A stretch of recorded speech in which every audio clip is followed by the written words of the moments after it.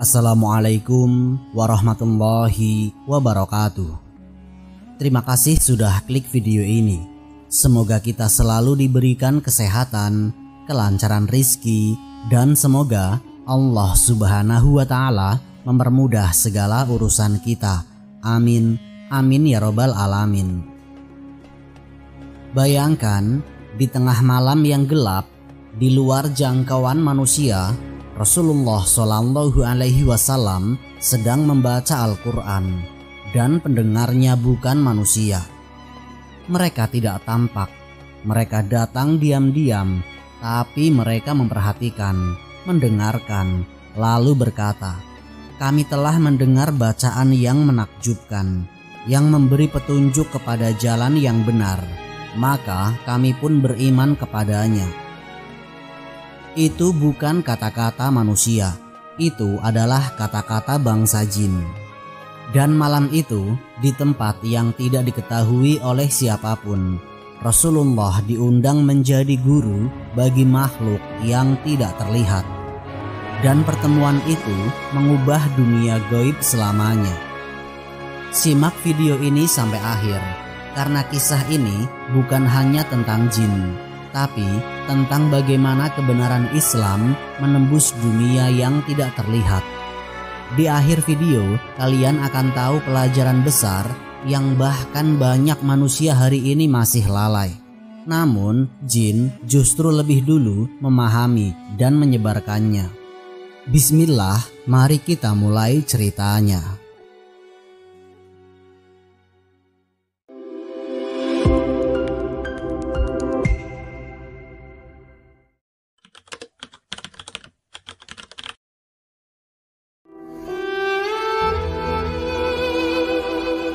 Bayangkan saat itu ketika Islam masih berada di masa awal, di tengah kota Mekah yang penuh penolakan terhadap wahyu. Kebanyakan manusia justru menutup telinga dan hati terhadap risalah yang dibawa oleh Rasulullah. Namun di saat banyak manusia berpaling, justru ada makhluk dari dunia lain yang diam-diam memperhatikan. Mereka bukan manusia, mereka tidak terlihat oleh mata biasa, mereka adalah jin. Dalam Islam, jin bukan makhluk fiksi, mereka nyata, diciptakan oleh Allah Subhanahu wa Ta'ala sebagaimana manusia, namun dari unsur yang berbeda. Allah Subhanahu wa Ta'ala berfirman dalam Quran Surat Al-Hijr ayat 27. Dan kami telah menciptakan jin sebelum manusia dari api yang sangat panas. Mereka bukan arwah gentayangan. Mereka adalah makhluk yang memiliki kehidupan sendiri. Mereka makan, minum, menikah, berkembang biak, bahkan hidup berkelompok. Dan yang paling penting adalah mereka juga memiliki beban taklif syar'i. Artinya mereka punya tanggung jawab agama. Mereka diperintahkan untuk menyembah Allah sama seperti manusia. Dalam Quran Surat Adz-Dzariyat, Allah Subhanahu wa Ta'ala menegaskan, "Dan aku tidak menciptakan jin dan manusia melainkan supaya mereka menyembahku." Maka jin bukan hanya sekedar makhluk mistis seperti yang sering digambarkan dalam cerita rakyat. Mereka adalah bagian dari makhluk ciptaan Allah yang memiliki ujian, pilihan, dan akibat dari setiap amal perbuatannya. Sebagian jin memilih jalan kebaikan. Mereka disebut jin muslim. Mereka beriman kepada Allah, melaksanakan sholat, dan menjauhi syirik. Tapi sebagian lain menolak. Mereka disebut jin kafir. Dan termasuk diantaranya adalah pengikut iblis yang menjadi musuh manusia. Ada riwayat sahih yang menarik dari Imam Muslim dalam sahihnya, menjelaskan bahwa Rasulullah Shallallahu Alaihi Wasallam pernah bersabda, "Di antara kalian ada teman dari bangsa jin." Para sahabat bertanya, "Termasuk Anda, wahai Rasulullah?" Beliau menjawab, "Ya, tetapi Allah telah menolongku atasnya, maka ia masuk Islam dan tidak memerintahkan aku kecuali pada kebaikan. Hadis riwayat Muslim. Hadis ini menjelaskan bahwa jin bahkan bisa menjadi pendamping manusia. Namun, jika ia mendapatkan petunjuk, ia bisa berubah menjadi jin yang taat. Jadi, jin itu hidup berdampingan dengan manusia, tapi dalam dimensi yang berbeda. Mereka bisa mendengar kita, mengamati kita, dan mereka bisa memilih mau mengikuti kebenaran atau mengingkarinya. Inilah konteks penting sebelum kita masuk ke peristiwa utama. Karena pada suatu malam yang luar biasa, para jin datang bukan untuk mengganggu, tapi untuk belajar. Dan siapa yang mereka datangi? Rasul terakhir, Rasulullah Shallallahu Alaihi Wasallam. Mereka datang dengan tujuan yang tidak biasa, yaitu mereka ingin mendengar wahyu dan mereka ingin mengetahui jalan menuju keselamatan. Kejadian ini bukan dongeng, bukan cerita rakyat, tapi tercatat di dalam Al-Quran, dalam surat Al-Ahqaf dan surat Al-Jin, serta didukung oleh riwayat-riwayat sahih dalam hadis. Dan inilah yang menjadikan kisah ini istimewa. Ketika banyak manusia menolak Al-Quran, justru bangsa jin yang datang untuk mendengarkannya.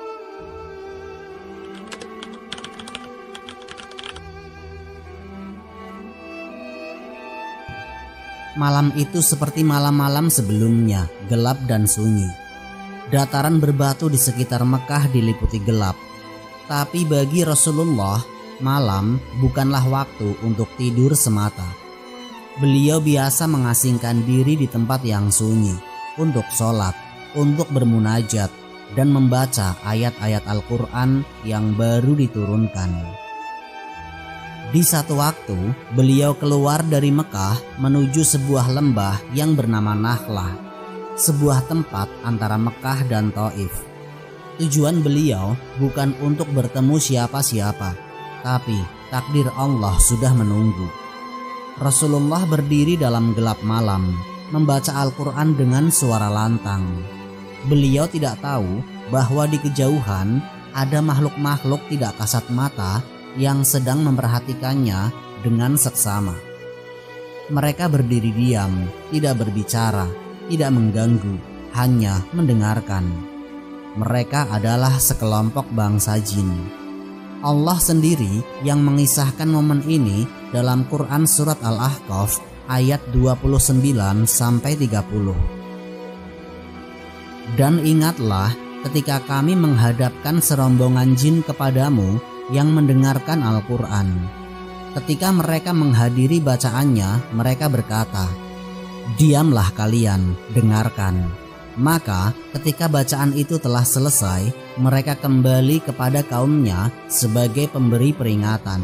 Mereka berkata, "Wahai kaum kami, sungguh kami telah mendengar kitab yang diturunkan setelah Musa, yang membenarkan apa yang sebelumnya, lagi memberi petunjuk kepada kebenaran dan kepada jalan yang lurus." Perhatikan bagaimana jin-jin itu berinteraksi. Mereka langsung mengakui kebenaran Al-Quran. Mereka tidak bertanya siapa Rasulullah.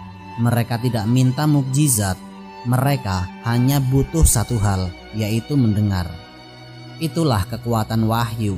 Bahkan jin pun saat mendengarnya langsung tahu, ini bukan suara manusia biasa. Ini bukan sihir. Ini adalah kebenaran dari langit. Setelah mendengar bacaan itu, mereka tidak tinggal diam. Mereka kembali ke kaumnya dan menyampaikan apa yang mereka dapatkan malam itu. Mereka menyebut Al-Quran sebagai kitab yang menakjubkan. Dalam surat Al-Jin ayat 1, para jin sendiri bersaksi, "Sesungguhnya kami telah mendengar Al-Quran yang menakjubkan." Tidak hanya itu, mereka langsung mengambil keputusan, "Kami beriman kepadanya, dan kami tidak akan mempersekutukan seorang pun dengan Tuhan kami." Quran surat Al-Jin ayat 2. Ini menunjukkan bahwa dalam diri para jin itu ada akal, ada nurani, dan ada keinginan untuk mencari petunjuk, sama seperti manusia. Yang menarik, Rasulullah sendiri pada awalnya tidak tahu bahwa pertemuan itu terjadi. Beliau hanya menyampaikan wahyu seperti biasa. Namun keesokan harinya, Allah Subhanahu wa Ta'ala mewahyukan kepadanya bahwa sekelompok jin telah mendengarkan bacaan beliau, bahwa mereka telah beriman, dan bahwa mereka kini menjadi penyampai risalah bagi kaumnya. Inilah momen besar yang sering dilupakan orang, yaitu sebelum Islam menyebar luas di kalangan manusia, ia terlebih dahulu menyentuh hati bangsa jin. Peristiwa itu pun menjadi salah satu tanda bahwa dakwah Rasulullah tidak terbatas pada satu jenis makhluk, bahwa tugas kenabian melampaui batas pandangan manusia. Dan itu baru awalnya, karena yang terjadi setelahnya jauh lebih mengejutkan, yaitu para jin itu kembali dan mereka mengundang Rasulullah ke komunitas mereka. Mereka ingin belajar lebih banyak, ingin tahu lebih dalam, ingin mendapatkan petunjuk langsung dari utusan terakhir Allah.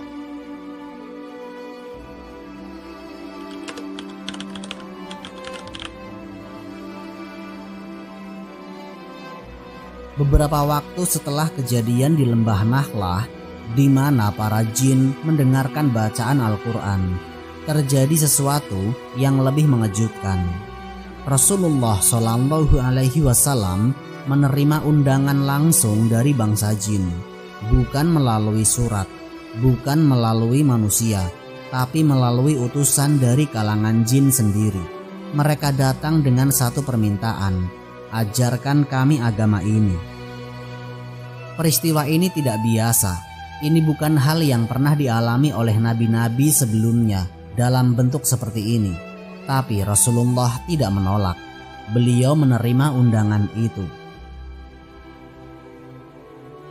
Dalam riwayat yang sahih dari Musnad Ahmad dan Sahih Muslim dikisahkan bahwa Rasulullah Shallallahu Alaihi Wasallam pergi bersama sahabatnya Abdullah bin Mas'ud menuju suatu tempat yang tidak dijelaskan secara rinci dalam riwayat, tapi sebagian ulama menyebut bahwa tempat itu berada di arah Tihamah, wilayah berbukit dan sunyi di sekitar Mekah. Saat mereka tiba di lokasi, Rasulullah Shallallahu Alaihi Wasallam menggambar lingkaran di tanah untuk Abdullah bin Mas'ud. Lalu beliau berkata, "Tetaplah kamu di dalam lingkaran ini. Apapun yang terjadi, jangan keluar." Abdullah bin Mas'ud menaati perintah Rasulullah. Beliau duduk di dalam lingkaran itu, menyaksikan sesuatu yang belum pernah beliau alami sebelumnya. Abdullah bin Mas'ud tidak melihat siapa-siapa, tapi beliau mendengar suara, teriakan, dan keramaian dari arah yang tidak bisa beliau jelaskan. Jin dari berbagai arah berdatangan mengelilingi Rasulullah Shallallahu Alaihi Wasallam. Dan di tengah keheningan malam itu, Rasulullah mulai berdakwah. Beliau membacakan ayat-ayat Al-Quran, menjelaskan tentang tauhid, tentang larangan syirik, dan tentang tanggung jawab sebagai makhluk Allah. Abdullah bin Mas'ud tidak melihat siapa yang beliau ajak bicara, tapi beliau tahu bahwa Rasulullah tidak sedang bicara sendiri. Beliau sedang mengajarkan Islam kepada para bangsa jin, makhluk yang memiliki kecerdasan, pertanyaan, dan hasrat untuk mengetahui. Ini bukan pertemuan satu arah. Para jin bertanya. Mereka ingin tahu bagaimana cara bersuci, bagaimana cara sholat, bagaimana menghindari dosa. Mereka benar-benar ingin memeluk agama ini dan ingin tahu cara menjalaninya dengan benar. Rasulullah Shallallahu Alaihi Wasallam memenuhi undangan mereka dengan penuh kesungguhan. Tidak ada rasa takut, tidak ada rasa ragu, karena beliau tahu Ini bagian dari tugas kerasulan, dan Allah Subhanahu wa Ta'ala telah mengutusnya bukan hanya untuk manusia, tapi untuk semua makhluk yang diberi akal dan beban syariat. Kisah ini tercatat dalam banyak kitab hadis, salah satunya dalam Sahih Muslim, dan riwayat lain dari Ibnu Mas'ud sendiri. Bahkan Rasulullah Shallallahu Alaihi Wasallam kemudian berkata, "Aku telah diajak oleh utusan jin, dan aku pergi bersama mereka dan membacakan Al-Quran kepada mereka. Dan dari pertemuan itu banyak dari mereka masuk Islam. Mereka menerima risalah lalu kembali kepada kaumnya untuk menyebarkannya."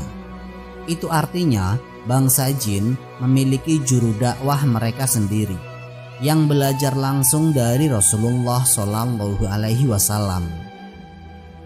Ini juga bukti bahwa Islam adalah agama universal, bukan hanya untuk manusia Arab, bukan hanya untuk satu bangsa, tapi untuk seluruh alam.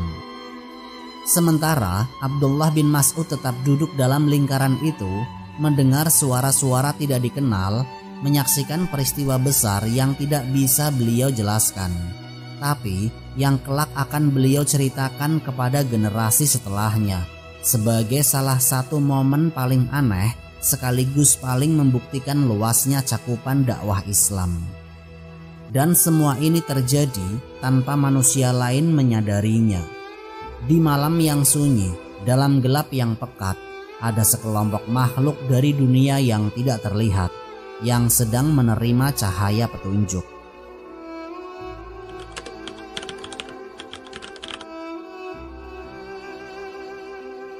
Malam itu berubah menjadi malam pembelajaran di bawah langit yang gelap, jauh dari keramaian manusia. Rasulullah berdiri di hadapan jemaah yang tidak kasat mata, tapi beliau tidak ragu. Beliau tidak bertanya bagaimana rupa mereka, dari mana mereka datang, atau mengapa mereka memilih bertemu malam itu. Fokus beliau hanya satu, yaitu menyampaikan wahyu. Menurut riwayat dari Ibnu Mas'ud, Rasulullah Shallallahu Alaihi Wasallam membaca Al-Quran dengan lantang, menyampaikan ajaran Islam dari dasar, yaitu mengenalkan Allah, menghindari syirik, menjalankan ibadah, dan tanggung jawab kepada Sang Pencipta. Banyak dari jin itu sebelumnya adalah penyembah api, bintang, atau benda-benda langit. Ada pula yang terjerat dalam kebodohan, mengikuti iblis dan setan. Tapi malam itu mereka duduk, entah bagaimana bentuk duduk mereka, dalam diam mendengarkan ayat demi ayat yang turun dari langit. Sebagaimana Allah Subhanahu wa Ta'ala berfirman dalam Quran surat Al-Jin ayat 13-14. Dan sesungguhnya ketika kami mendengar petunjuk Al-Quran, kami beriman kepadanya. Maka barang siapa beriman kepada Tuhannya, maka dia tidak takut akan pengurangan pahala maupun penambahan dosa. Dan di antara kami ada orang-orang yang taat, dan ada pula yang menyimpang dari kebenaran. Rasulullah menjelaskan kepada mereka bahwa iman tidak cukup hanya di lisan, harus ada perubahan dalam amal dan niat. Jin pun dituntut untuk meninggalkan sihir, menipu manusia, dan menebarkan keburukan. Mereka bertanya kepada Rasulullah tentang makanan mereka. Dalam sebuah riwayat sahih disebutkan, Rasulullah Shallallahu Alaihi Wasallam bersabda, "Bagian dari makanan jin muslim adalah setiap tulang yang disebutkan nama Allah saat disembelihnya. Ia akan kembali penuh daging bagi jin, dan kotoran hewan adalah makanan bagi hewan-hewan jin." Hadis riwayat Muslim. Maka Rasulullah melarang umat Islam buang hajat dengan tulang dan kotoran, karena itu adalah rizki bagi jin muslim. Beliau juga mengajarkan adab dan batas antara manusia dan jin. Jangan saling mengganggu, jangan menyeru jin, meminta bantuan jin, atau menjadikan jin sebagai sekutu. Sebab sebagian jin kafir biasa memperdaya manusia yang lemah imannya, lalu mengaku sebagai jin baik, padahal tujuannya adalah menjerumuskan ke dalam kesyirikan. Rasulullah menjelaskan bahwa jin memiliki pilihan sebagaimana manusia. Ada jin yang menjadi mukmin, ada jin yang menjadi fasik, bahkan ada jin alim dan ahli ibadah. Tapi ada pula yang menjadi iblis dan pengikutnya. Dan ketika dakwah itu selesai, banyak di antara mereka yang mengikrarkan keimanan. Mereka berjanji untuk kembali kepada kaumnya dan menyampaikan ajaran ini. Rasulullah memberi mereka tugas seperti beliau memberi tugas kepada sahabat-sahabatnya, yaitu menyampaikan risalah. Inilah hal yang membuat peristiwa ini luar biasa.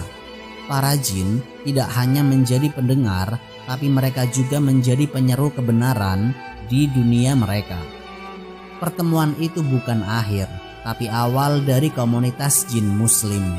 Mereka membentuk kelompok mereka sendiri, menjauhi jin-jin kafir, dan bahkan membantu menjaga umat manusia dari gangguan setan dan jin jahat.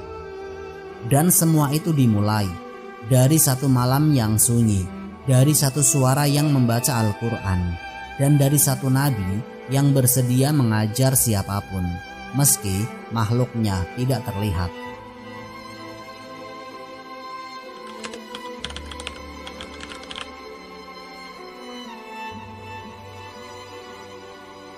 Kisah ini bukan sekedar cerita tentang hal gaib, bukan pula dongeng yang diturunkan tanpa tujuan. Ini adalah peristiwa sejarah, dicatat oleh para perawi terpercaya, tercantum dalam Al-Quran dan hadis sahih. Dan di baliknya terdapat pelajaran besar yang tidak boleh dilewatkan. Pertama, dakwah Islam bersifat universal. Pertemuan ini menunjukkan bahwa Islam bukan agama lokal. Ia bukan hanya untuk bangsa Arab, bukan hanya untuk manusia, tapi untuk semua makhluk yang Allah beri akal dan tanggung jawab syariat. Dalam Al-Quran surat Al-An'am ayat 19, Allah Subhanahu wa Ta'ala berfirman, "Sesungguhnya wahyu ini diwahyukan kepadaku agar aku memberi peringatan kepadamu dan siapa saja yang sampai kepadanya. Maka siapapun yang mampu memahami wajib disampaikan kepadanya, termasuk jin." Kedua, kejujuran wahyu, kekokohan dakwah. Rasulullah tidak melihat jin saat mereka datang di Nakhlah, tapi beliau tetap berdakwah dengan tulus, tidak peduli apakah ada yang menyimak atau tidak. Hasilnya, kelompok jin mendengar, tersentuh, dan beriman. Ini mengajarkan kita bahwa kebenaran itu memiliki daya jangkau sendiri. Tugas manusia adalah menyampaikan, hidayah urusan Allah. Yang ketiga, Islam melarang hubungan syirik dengan jin. Kisah ini juga menjadi pelurusan banyak manusia zaman dahulu dan bahkan sekarang yang mencari kekuatan dari jin.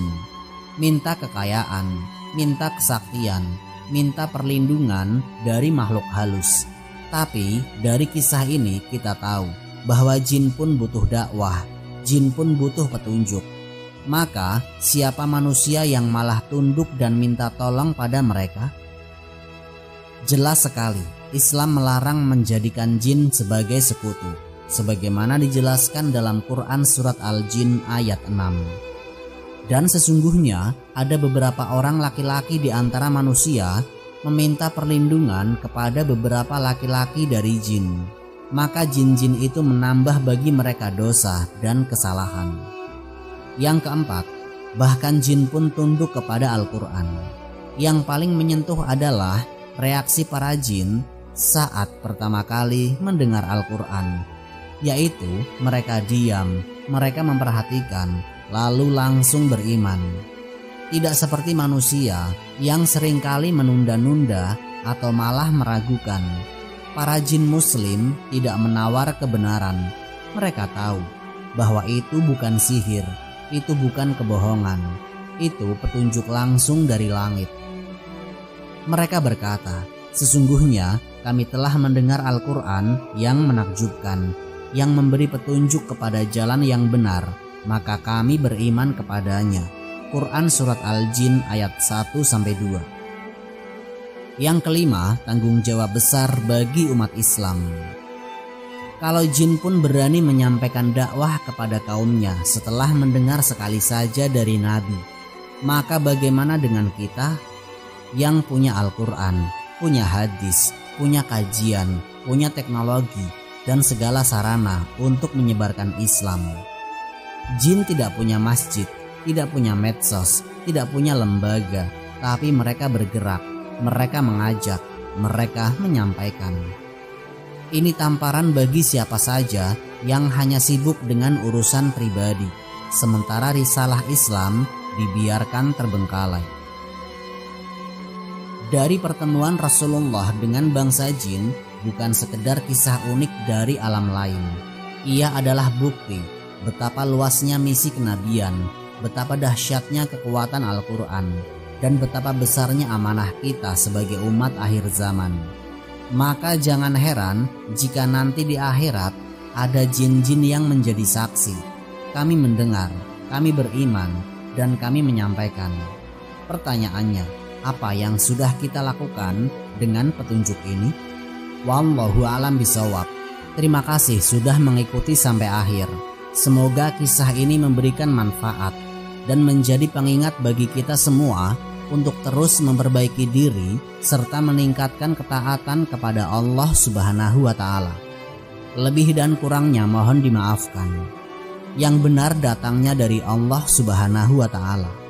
Hilaf atau keliru itu datangnya dari diri saya pribadi sebagai manusia biasa. Sampai jumpa di kisah-kisah inspiratif berikutnya. Akhirul kalam, wassalamualaikum warahmatullahi wabarakatuh.